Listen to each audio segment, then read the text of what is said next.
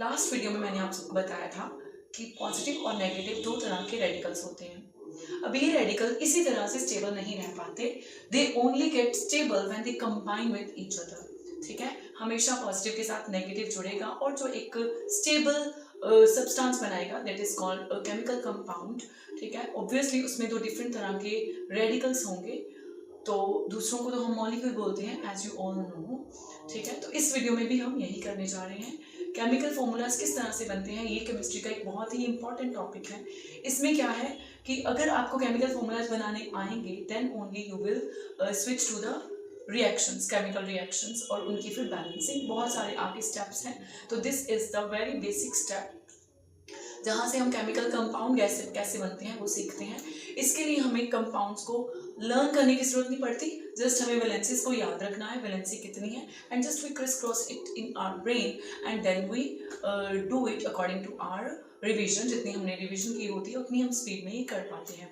Starting में आपको थोड़ा टफ लगेगा बट मेरे साथ बने रहिए, I will make it more simpler, right. तो चलिए शुरू करते हैं। कुछ केमिकल फॉर्मूलाज के नेम मैंने लिख दिए हैं यहाँ पे, जैसे hydrogen chloride, copper 2 sulphate, ammonium sulphate, zinc oxide, calcium carbonate और सिल्वर नाइट्रेट। ठीक है, जो कुछ रेडिकल्स इस वीडियो में कवर नहीं होंगे तो उसके लिए आपको एक लास्ट में स्क्रीनशॉट भेजूंगी जिसमें सारे के सारे रेडिकल्स कवर हो जाएंगे। ठीक है, तो चलिए शुरू करते हैं। सबसे पहले लिया मैंने हाइड्रोजन क्लोराइड। ठीक है, हाइड्रोजन का सिंबल क्या था, H पॉजिटिव। क्रिस क्रॉस कैसे होना है, पहले हम लिखेंगे पॉजिटिव रेडिकल फिर हम लिखेंगे नेगेटिव रेडिकल। ठीक है, क्रिस क्रॉस का मतलब होता है कि इसका जो भी चार्ज है वो इसके पैर में आएगा और इसका जो भी चार्ज है वो इसके पैर में आएगा। अब यहाँ पे बहुत ही क्लियरली विजिबल है कि इसका जो प्लस चार्ज है इसके साथ कुछ भी नहीं है और नेगेटिव चार्ज के साथ भी कुछ नहीं है। जब कुछ नहीं है इट डजंट मीन कि जीरो हो गया है, इट मीन्स कि यहाँ पे 1 है। जैसे मैथ्स में जिस कोफिशिएंट के साथ कुछ नहीं होता उसे हम 1 कंसिडर करते हैं, सिमिलरली हम इसे भी 1 कंसिडर करेंगे। एक चीज आप लोगों ने याद रखनी है कि अगर चार्जेस इक्वल हैं, जैसे यहाँ पे पॉजिटिव नेगेटिव दोनों आपस में इक्वल हैं, 1 इधर है 1 इधर है, तो उस केस में यहाँ पैर में, पैर इसका इसको बोलेंगे, यहाँ हम पैर बोलेंगे, तो पैर में कुछ नहीं आएगा। ठीक है, तो हम सिंपली लिख देंगे HCl, ये इसका केमिकल फॉर्मूला है। नेक्स्ट हम करते हैं जिंक ऑक्साइड। जिंक का सिंबल क्या था, Zn2 पॉजिटिव और ऑक्साइड का क्या था, O2 नेगेटिव। ठीक है, अगेन यहाँ पे अब दोनों के इक्वल चार्जेस हैं, 2 पॉजिटिव 2 नेगेटिव। तो क्रिस क्रॉस जब हमने किया तो यहाँ 2 इसके पैर में आया Zn2, ये वाला 2 O के पैर में आया O2, तो हमने यहाँ पे शो नहीं करना, इसे हम लिखेंगे ऐसे, Zn2O2 नहीं लिखेंगे, इसे हम ZnO लिखेंगे। ये कब करना है, जब चार्जेस दोनों इक्वल हैं, तब हमने लिखने ही नहीं है, राइट। तो this is the formula for zinc. Next है हमारे पास कॉपर सल्फेट। कॉपर की वैलेंसी है Cu2 पॉजिटिव, सल्फेट की SO4 2 negative. Again same charges, criss cross करने पे पैर में कोई भी चार्ज नहीं आएगा।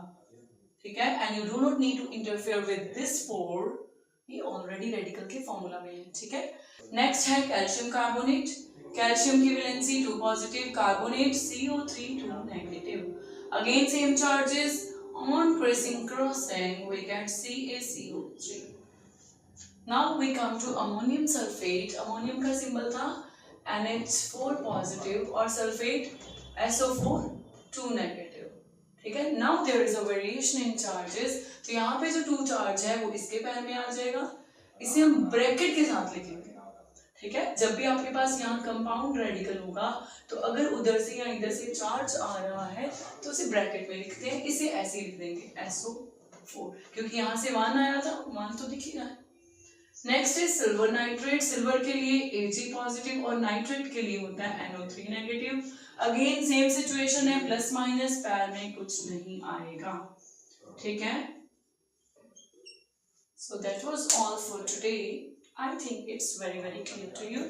अब लास्ट में जो रेडिकल्स का एक चार्ट है, I'm going to paste it along with this video, तो आप लास्ट एक स्क्रीनशॉट ले लेना।